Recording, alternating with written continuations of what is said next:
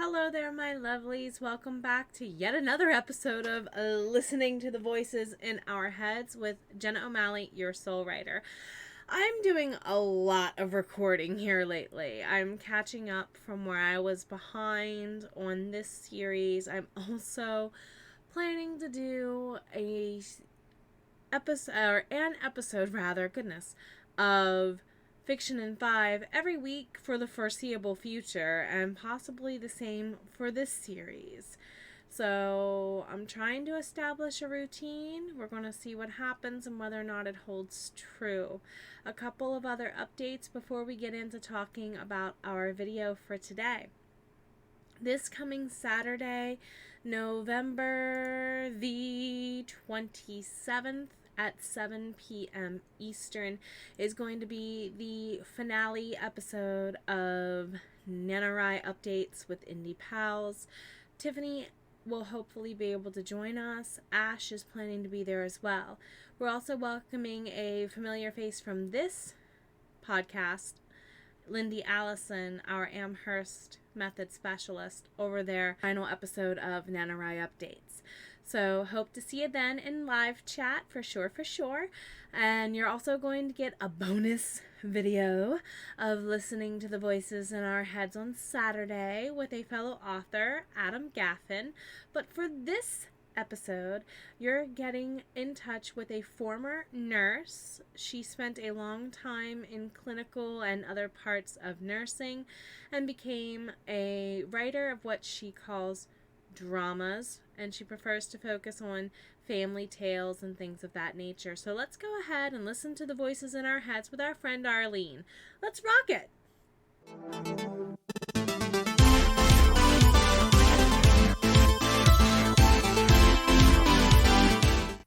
Welcome back, my lovelies, to another episode of Listening to the Voices in Our Head with Jenna O'Malley, your soul writer, and a new friend of ours today. Go ahead and give us an introduction, my friend. Who do we have with us? Hi, Jenna. I'm so glad to be here. My name is Arlene Lomazoff-Marron. It's kind of a mouthful, but I live outside of Philadelphia, Pennsylvania, and I'm really glad to be here. I am an indie writer. I currently have, yay for the indie writers, I currently have 2 books published on Amazon, both available on Amazon. And these are what I would consider dramas. They are fiction. They are contemporary fiction. And here's the first one, Beneath a Blanket of Snow. Ooh, I think I've read part of this one. A pal of mine's trying to get me to finish all of it. It's on my to-be-read list. Yeah, well, that's great. And here's my second one, If We Had Known. And I wrote these books rather as a surprise, and I have a third one that I'm currently planning. I've got a lot of the storyline in my head, and I really write stories about families, and I guess that's not a surprise because those are really the types of books that I really enjoy reading. And when someone would ask me, what do you really like to read? I said, well, I like fiction. Obviously, I read other things and I read historical fiction, but I really like stories about families and their problems and their journeys. And it wasn't until I was writing the second book, If We Had Known, that I realized that is exactly what I was doing. I was writing what I like to read, and those types of books. I think it's Beverly Clearly who said, if you don't see the book on the shelf you want, write it, or something to that theme. So you're literally kind of doing that for yourself. Yeah. It's really it's really the type of book that I would have liked to read. We're not talking about heavy duty crime or anything. We're talking about relationships and people. And Right. actually it was Toni Morrison who said that. You know, you're right. I'm sorry. I always get those two confused. It is literally my pet peeve to correct. I apologize. That's right. So Toni Morrison, basically, and that's actually one of the reasons I know that is that I've been asked by people who, you know, what you live by, or what, you know, what your favorite quote by an author is, and that's the one I've picked. Gotcha. I was so afraid to say it because it's like, I think I have this wrong, but Yeah. for the sake of conversation, I'd rather be wrong in one part. Yeah. So redaction made. I apologize. What was or is your other career besides writing? Do you write full time, or did you keep with your other career to keep writing as well? Well, I retired just about 2 years ago, December of 19. I retired from a 40 plus year career in healthcare. I'm a registered. Oh, you lucked out. To a degree, you lucked out. Yeah, pre-COVID. So I worked. I'm a registered nurse, and I worked in healthcare, and you know, I've done my share of clinical nursing, although I wasn't doing that when I retired. But yeah, and so that's what I did beforehand, and it's a surprise to me, especially that I'm doing what I'm doing now. Right. And do you find that any of your experiences or knowledge as a nurse play into what you write then? Just feeding Jen that question? Well, my second book has a medical background. The first one, when I wrote the first one, people who knew me as a nurse said, is it about your nursing career? Is a story about nursing? I said, absolutely not. I stayed away from that. The second one, I made it a backdrop, but I didn't want to, you know, stuff a lot of real deep, intense medical stuff for readers. I don't want to scare people away. So, so I did that. But, you know, I had a pretty varied nursing career. And I think that working for as long as I did with people from all walks of life has really helped me to see people, you know, in general, and to hear about things. And there's so many people who you know, live in an area and they work perhaps close by, or they work with the same type of people, and they congregate with the same type of people. And you know, as an example, I had someone locally who said to me when we were talking about uninsured people, and she said, I don't understand how people don't have insurance. I have insurance. All my friends have insurance. And I thought, well, that's because that's the only people that you have as friends. Right. Or the people who are, you know, insured and, you know, doing well. So I think, you know, you find out that, you know, underneath it, we're the same, and everybody has their issues. And that's one of the things that I really talked about in my first book, was, you know, outward appearances can be deceiving. Very true. Very, very true. Something I often tell my husband is, just because of teaching, I work with people a lot too. I often say, I can't make some of these things up. Right. Either. That's exactly right.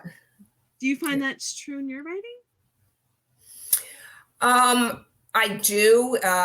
It's, and I would say that I base my characters on a conglomeration of things. You know, there is no one in my book who is specifically like, you know, my friends, my family, anyone I have met.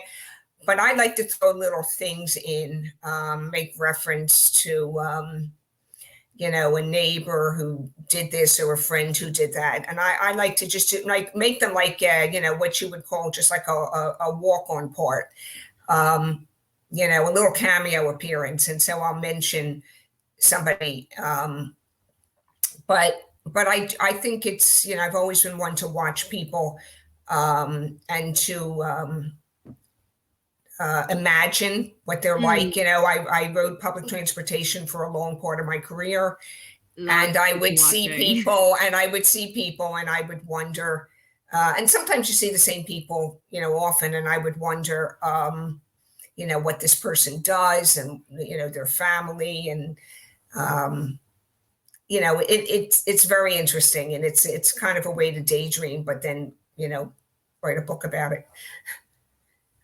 It does let you also kind of gain different perspectives that you might not have considered before, I would imagine. Yes.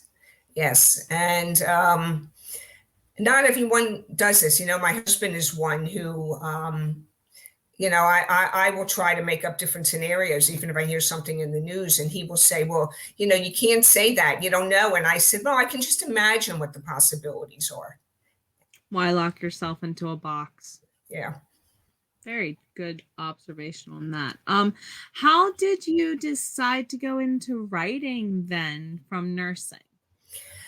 Well, so when I was an adolescent, I really liked to write. I actually started, 2 or 3 pages of handwritten pages, so probably not very many words, but 2 or 3 pages of a novel. And, I really thought, this is it. I'm gonna, write this novel, and I'm going to be published at, early teens or something. And I continued into my high school years. I took a couple of writing courses in high school, and I actually was looking at going to college for writing or journalism or something. But what happened is I was pretty shy as a child, and I guess looking for things to do. And my mother suggested that I volunteer at a local hospital, what we called candy stripers in the day. And so I did that. And then when I was in high school, I had a friend who was going to nursing school. And I said, oh, I could do that, because all I had a picture of was, the nurse walking in and out of the patient's room with the pills, or, with the thermometer, and, oh, I could do that. That's easy. So I applied to nursing school, and I got in, and I went off, and I didn't really think, first of all, I was surprised at, everything I had to learn. Boy, was that an eye opener. A whole lot. Yeah. You learned a whole nother language. A whole lot more than just, how to take the temperature. Mm-hmm. And so I didn't really think much over the years about writing. I mean, I always could, I'm a good speller by nature. I could put sentences together, but I really never considered. And then about a week before I retired from my healthcare job, a coworker said to me, oh, now you can start something on your bucket list. And immediately, without thinking, I said, oh, I'm going to write my novel. And then I stopped, and I thought, wow, why would I say that? Like, I was so surprised, because I never planned it. Mm-hmm. And then I started to think, well, why would I have said that? I haven't thought about writing in more than 40 years. Oh my goodness. And so, I was retired, and it was right before COVID. So I started thinking about it. Okay. And I actually, gave myself some time to think about this. And I actually was just thinking, I had written, I guess, one chapter of my first book, Beneath the Blanket of Snow. And I was thinking to myself, well, gee, so now it's March of 2020. It's the beginning of March, so you can see the timeline. And yes. I thought, okay, well, let me see what I do. Let me give myself the rest of 2020. I'm a busy person. All this stuff, and I'll see what happens. And then a week later, the world shut down, Basically. and so I started writing, and I finished the rough draft of the book at Memorial Day weekend. Wow. Yeah, and so I just wrote, and initially I didn't tell anybody. I didn't tell my children. I didn't even tell my husband at first. He would see me at the computer, and he finally said to me, "What are you doing there? You're spending so much time there, and every time I go by, you're looking at me." And I just said, "Oh." So I told him what I was doing, and he said, "Great." And then when I finished, I had my husband said, "Well, you really should have somebody read this. I like this, but I'm not an expert." And so I said, "Oh, I have a friend who's a writer," and I asked him to take a look at it, or he offered to take a look at it. And I really, would have been okay. I was prepared for him to say, "Well, yeah, okay, you wrote it, but he didn't." He said, "This flows. I like it." Yeah, and I was surprised, and then I thought, wow. So I did some editing and whatever, and put it out there, and like most people, especially indie writers, I held my breath. And the reviews were just really good. The feedback was really good. And then I started to have people saying, "Well, what about a second one?" So give the people what they ask for. So I wrote a second one. Some people were saying, a sequel, and I said no, because I didn't intend to write this, as a series. And I kind of did as much as I was going to with the characters for the first one. I wrote a totally separate, what we call standalone, which has also gotten really good reviews. And I have an idea, for a third one. I'm hoping I'm going to start that probably the next month or so. Do you know approximately a release date of like spring or fall next year? Or I would say probably spring. I would, yeah. I mean, the first two books I wrote rather quickly, I guess, from a writing standpoint, from what I understand. I was kind of determined I wasn't going to take years, and that's why I said, well, I'll see what happens in 2020, because we'll see how much. I didn't necessarily know that I would get something finished, but I wanted to at least have a really good start and see if I had anything decent. So now that the world is starting to open up more, I think it may take me a little longer, but I'm thinking that maybe late spring would be my goal. You accomplished a lot since March 2020, so congratulations. Yeah, thanks. Yeah, it's a whole new world, and one that I never expected and never planned for. Well, we're glad to have you. Thanks. I'm glad to be here. Thank you for sharing your stories with us. So are you a plotter, a pantster, or a plantster? Definitely the third, a planter. I put a lot in my head, just like I have some idea for the third one in my head, and but I do not plot out everything. I know some people write outlines and extensive chapters, and I don't do that. I have an idea. I know where I'm starting. I have some idea where I'm ending. And I have some idea of other characters and other parts of the story. But a lot of it happens as I write. And really interesting thing that happened, and I know that this happens to other writers, but until it happens to you, it's just, you can't believe it. So in my first book, one of my characters knew something. So there were some secrets in the book, and there were some secrets revealed. And one of my characters knew something that not only the spouse didn't know, but I didn't know.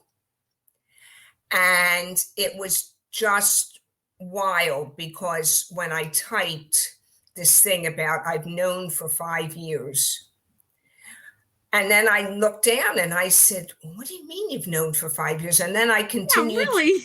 Yeah. And then I continued writing about, what this character, I won't tell you male, female, but, what this character knew and how this character knew. And then when I finished this whole passage, I looked down and I said, wow. And I've heard of that happening before, where writers said that their characters have their own agency. They're really. I have that problem child issue. Yeah. One of my characters, I have that issue. Yeah, and I just, it's just amazing, because to me that was one of the best parts in the book, because it was absolutely totally unscripted. My fingers just literally typed it. It's more like I wrote part of it, and I said, now what am I going to write? I can't end this chapter in 3 paragraphs. And so that's when I wrote, I started to write this scene where the spouse comes into the room, and then the next thing I know, and finds out the secret. And the next thing I know, it says, I've known about this for 5 years. And I thought, holy cow. Thanks for not telling me. Yeah. It almost makes you wonder if you sat down and wrote it on a different day or something, would something else have happened? And I've talked to other authors who have said, they have characters who, hated each other, and there was no way they were supposed to fall in love, or, he was trying to kill off the characters and they just wouldn't die. And I never, before I had that happen to me, I never would have understood that. Right. Another author I just had on recently, Rachel Fluellen, said she has yet to have that happen. And I'm like, wait for it. It'll happen. Yeah. It'll happen. Right. I had a couple of little surprises with my second book, but not that. It's just mind-boggling, because somewhere in there, the fingers just typed, I've known for 5 years. And I just thought, how did that happen? How did that happen? Wow. And that's in the first book, you said, right? Yes. Oh, wow. So everyone definitely look forward to reading that. Yeah, beneath a blanket of snow. And it's right. And if you got to the scene and said, I've known for 5 years, that's what you would know it was that one. But I won't tell anybody what the secret was. But the idea behind that was, a lot of secrets that you have no idea. Your spouse, your best friend, you think you know them, and you don't. Right. And hey, we're all about context, no spoilers here. So that's okay if you want to give line hints of what to look for. Yeah. So what inspires you to write? Is it, you said not so much individual people, is it your journey then, or other things? I think that a lot of it is just wanting to tell a story, and the ability to get creative, because after all, this is fiction. And so, within reason, I can basically, write anything, right? Make up any kind of a story. And the one that I have in my head now for book 3 was the initial idea came to me was something that I read in the news, although it was a fairly big news item, but it was not that anybody would even necessarily think, you know, I kind of went off on a little different tangent. And so it wasn't like somebody would open up this book and say, oh, I know exactly what this is based on. It was just that it got me thinking. And now I know it's okay to do that. You know, and it's okay to you know, make up stories. Mm-hmm. To play with what was into something kind of like you said earlier, what could it have been or become? Right. Is a guilty pleasure I think a lot of authors don't admit to enjoying, honestly. Yeah, like I said, I've always been one who makes up stories in my head. And you know, some people see things in black and white, and I always kind of prided myself that I could see or try to see both sides of stories. And I think that that's what helped me to think about, you know, all the different possibilities. And,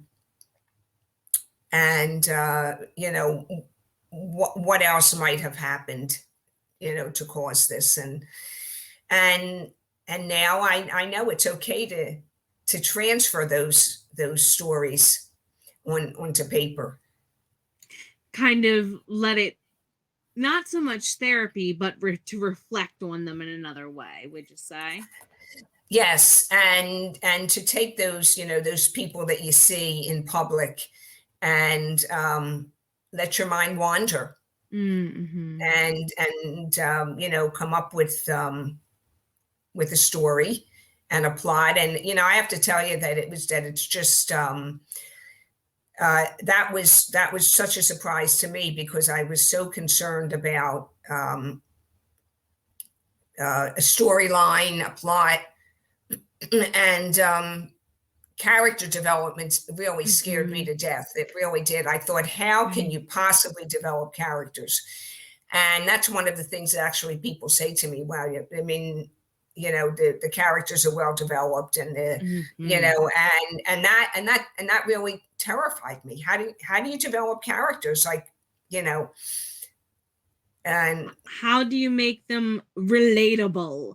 right. Well, that was interesting because my one of my daughters-in-law, after she read the first book, um, described one of the characters or mentioned one of the characters and said to me, I did not like him. And I thought, and honestly, he was not a nice character. He wasn't supposed to be a nice character. Mm-hmm. And my thought was, if I have made a fictional character someone that is so relatable, or not, or maybe not relatable to her, someone who was so real that she can dislike my fictional character, then I thought, this is great. Yes, you won.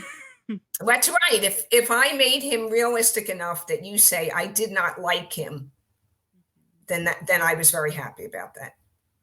Wonderful. And I think some people just not so much overthink, but maybe over worry about not being able to do it, and maybe that blocks them up sometime. Do you think that might be the case? Oh, definitely. I mean, you know, when I first had the idea to try to write, and like I said, I wrote this first chapter, and I had an Mm-hmm. idea of some other characters in the story, and I pictured these characters, four characters, you know, sitting at a table having lunch, and I said, well, I have to do more than that. They can't just sit and have lunch. And then I laid in bed, you know, midnight, 1 a.m., 2 a.m., whatever. And you're thinking, and I'm thinking, wow, but what am I going to do? How am I going to, you know, make characters and have, you know, feelings and actions, and how is this going to happen? And I was really surprised when I did it initially. Right.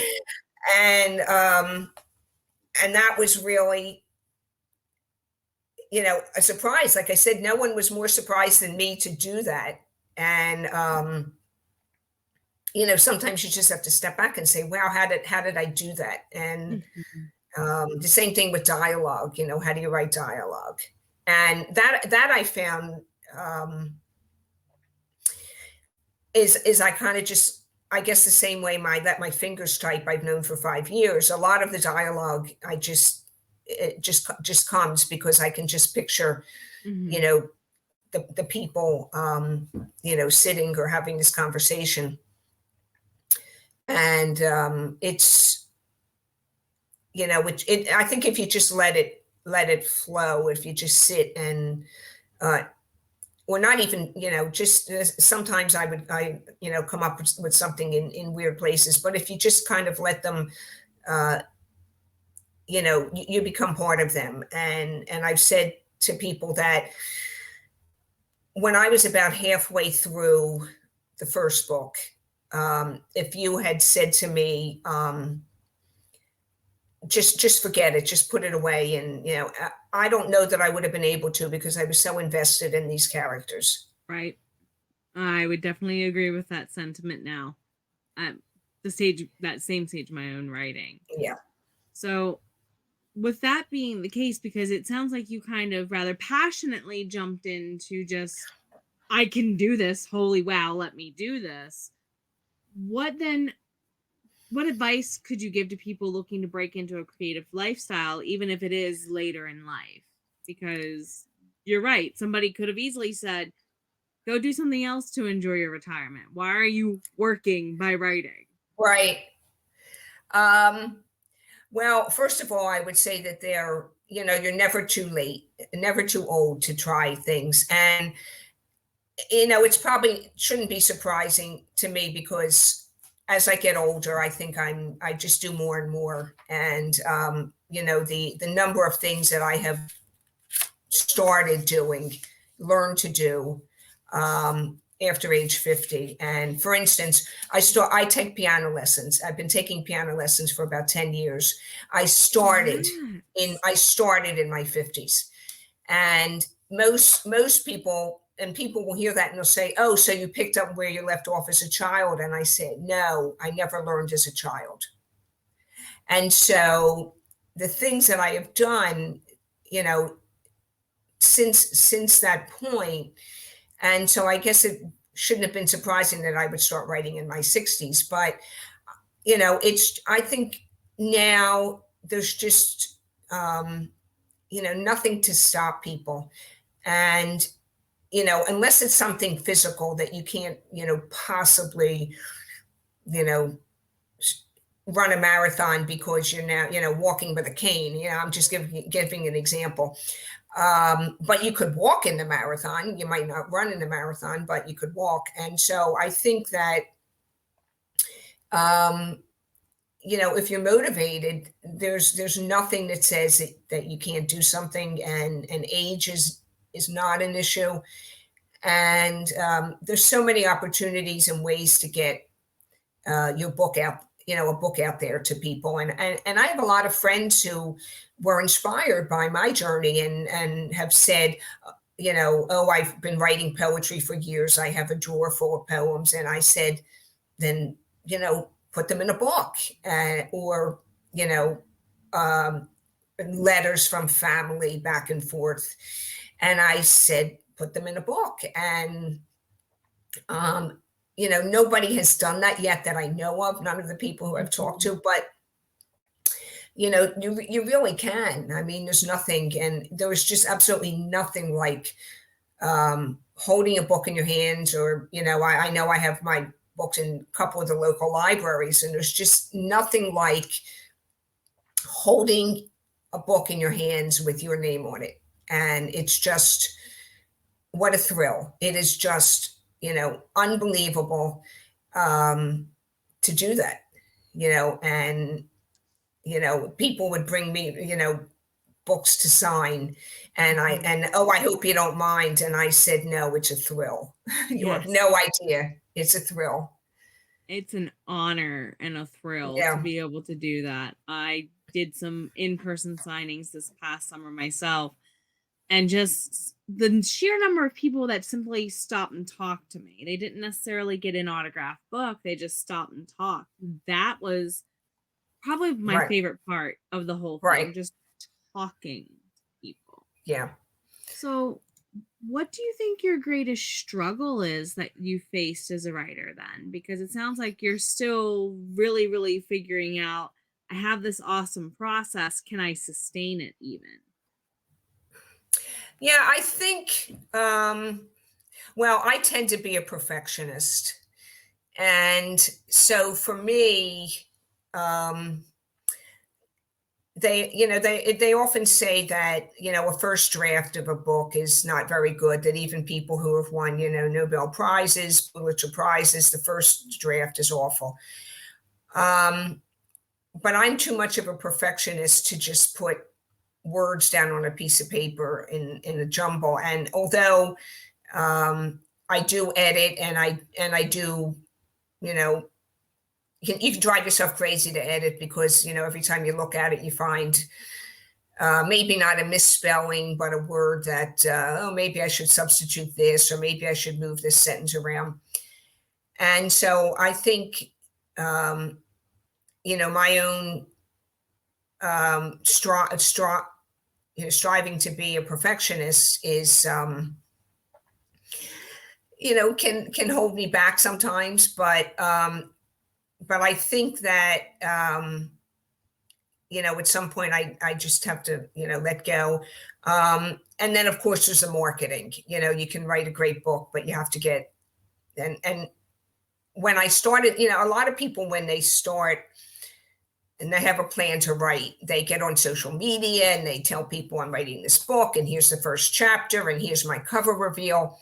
And you get all that. And I didn't. I wrote a book. I didn't much for my first book either. Oh man. Right. I wrote a book.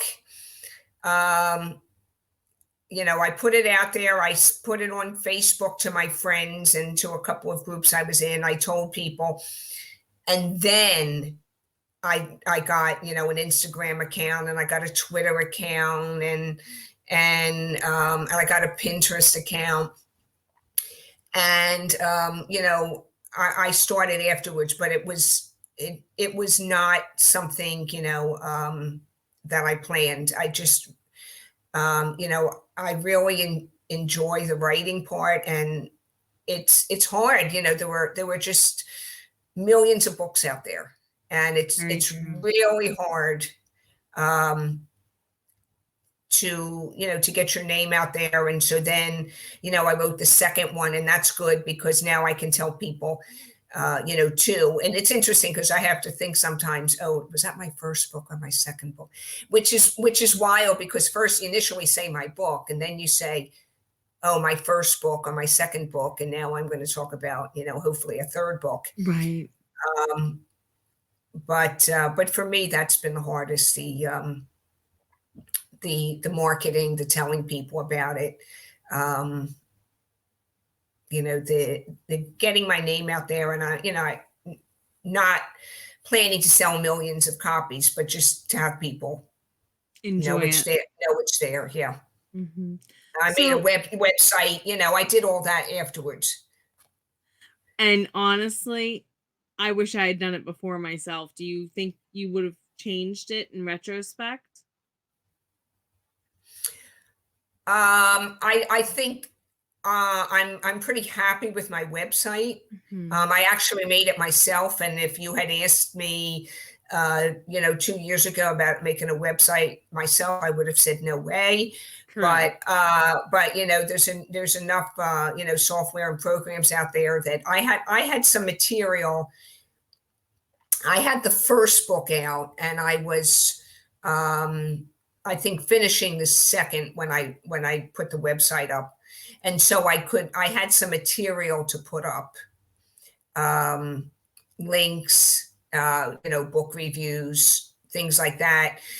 And I'm not sure that I would have done that. Initially I probably would have thought, oh, I don't need that yet. So after I wrote one book, and I was actually finishing the second one. I thought, well, let me give this, website thing a try. And, look, if I can start writing in my 60s, maybe I can make a website. So that's a very good point. If I can do one, maybe I can do another.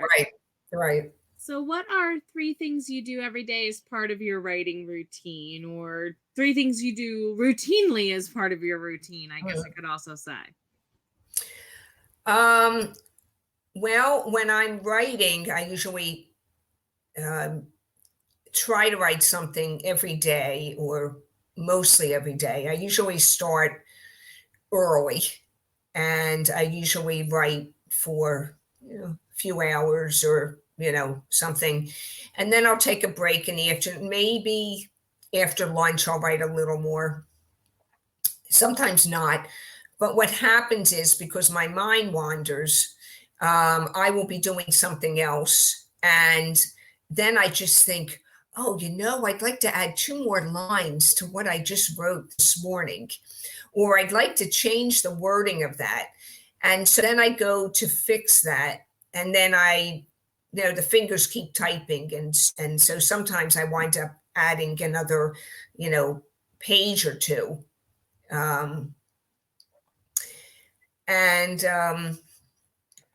Well, I mean, I don't have any big routine. I guess the other thing I do that might be a little unusual is that I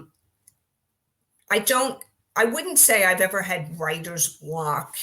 I do have, and have had instances where I don't know what I want to write next, but I just go out of order. I write another chapter, I write something else, and then I fill it in later. And one time I wrote this scenario where the one character, was really very supportive of what his girlfriend told him.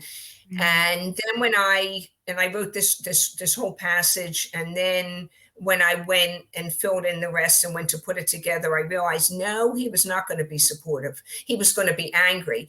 And so I did take that out. I did take it out, but and later he was supportive, but not initially. And so I just fill in things. I know, for instance, that something else that's going to happen later in the book, or I write something, but then I decide that I need to add a little background to it. I want to beef up that, and so I have an idea, and I sit and I don't necessarily write in order. I don't on occasion either. If it needs written, it gets written, honestly. Right. So I'm always, adding, spaces in my document, pushing it down another page, and that's what editing's for. Make sure all that gets removed. Right. But that's what happens is I have to fix that first. And I know they said, you write your draft, and then you go back, you let it sit, and then you go back and you start editing. But that's the perfectionist part of me that has to fix a lot of that first. So you got to contend on the daily or routinely with that balance, it sounds like. Yeah, sometimes I go back and edit something, but sometimes I set myself a goal that I want to write, a certain number of words, or approximate number of words just that day. And I write something new, but then I go back and I add, some other, I won't call it fluff, background, or, add to something that I've written previously. Clarify it. Gotcha. Yeah. So what advice do you have to share for new writers at any age that they come into writing, whether it be indie or not?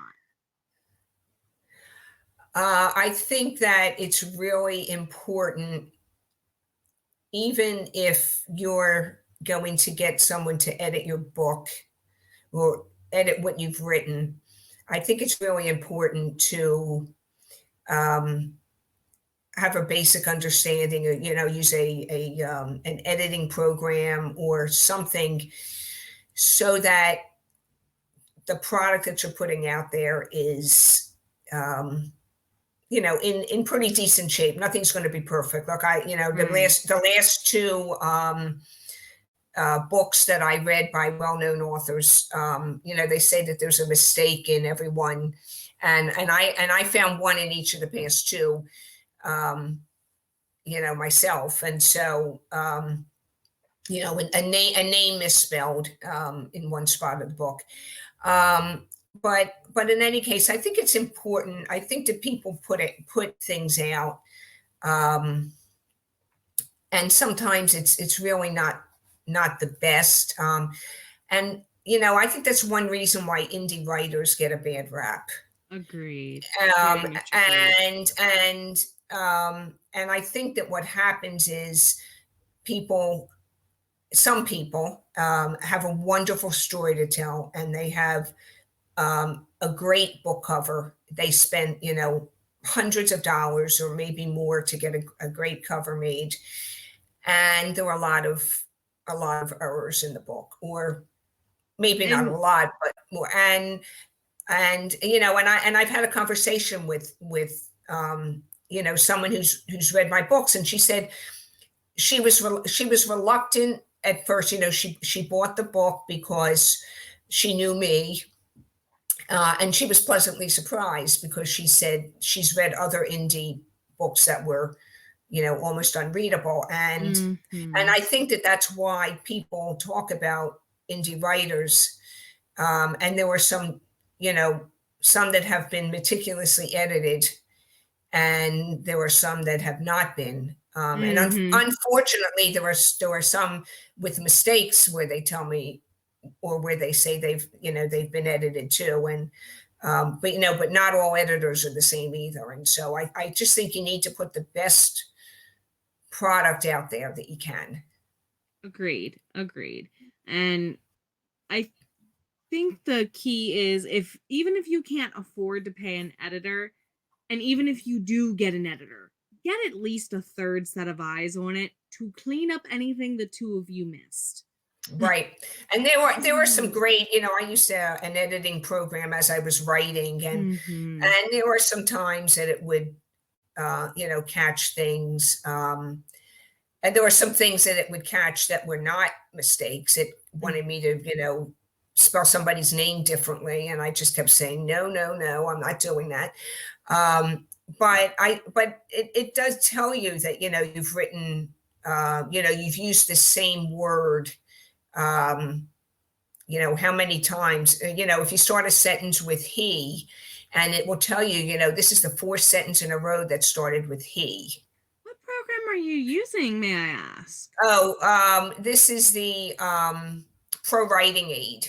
I've been meaning to look into getting that. And that is something that, you may not realize it. And I may not realize it because maybe one of those sentences was rather lengthy. But it will tell you that. And, that's an interesting one because it has American English and British English programmed in it. Well, yes, you can choose. And so, and that's a relatively inexpensive program, and you can even get it for, even cheaper, with some other, specials during the year. And it really helps. It picks up a lot. It's not going to pick up everything. And sometimes it, makes a suggestion for how to rephrase the sentence that you're saying, no, that makes no sense. So you have to take it with a grain of salt. But certainly, spelling and punctuation, that type of thing is the basics. Really, really important. That you have to put out a product that's good regardless of your age. Agreed. Very agreed.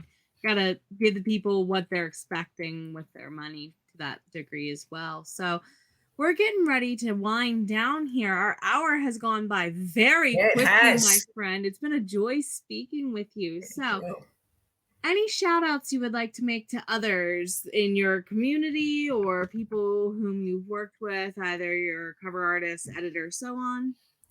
Oh, just to indie writers everywhere, because I just think, yes, because that's just, um, it's an uphill climb. And although I understand that to be traditionally published doesn't, solve all issues either. Mm-hmm. But it's a whole world out there. It's a world I knew nothing about. And and the other thing is just it's just so much more common now to be an indie writer than it would have been, say, 20 years ago, when Agreed. it would have Very been, agreed. was, you had one option, two options. You could pay somebody to print copies of your book, or you could, find a publisher. And there's so many options now. And I have heard that 40% of books now that are being published are by independent publishers.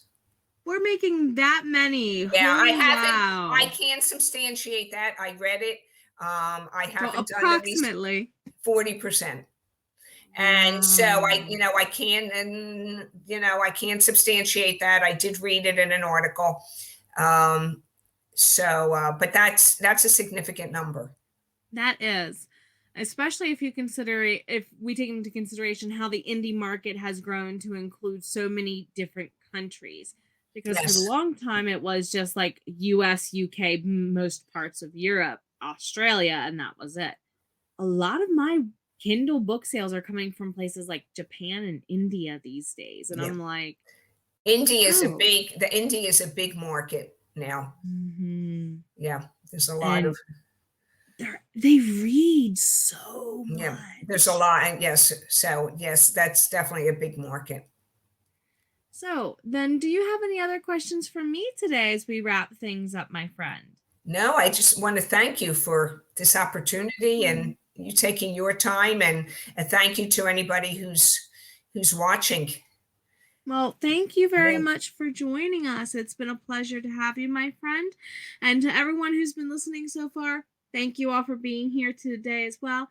Remember, my lovelies, take care of yourselves. You're worth it. Bye. Bye.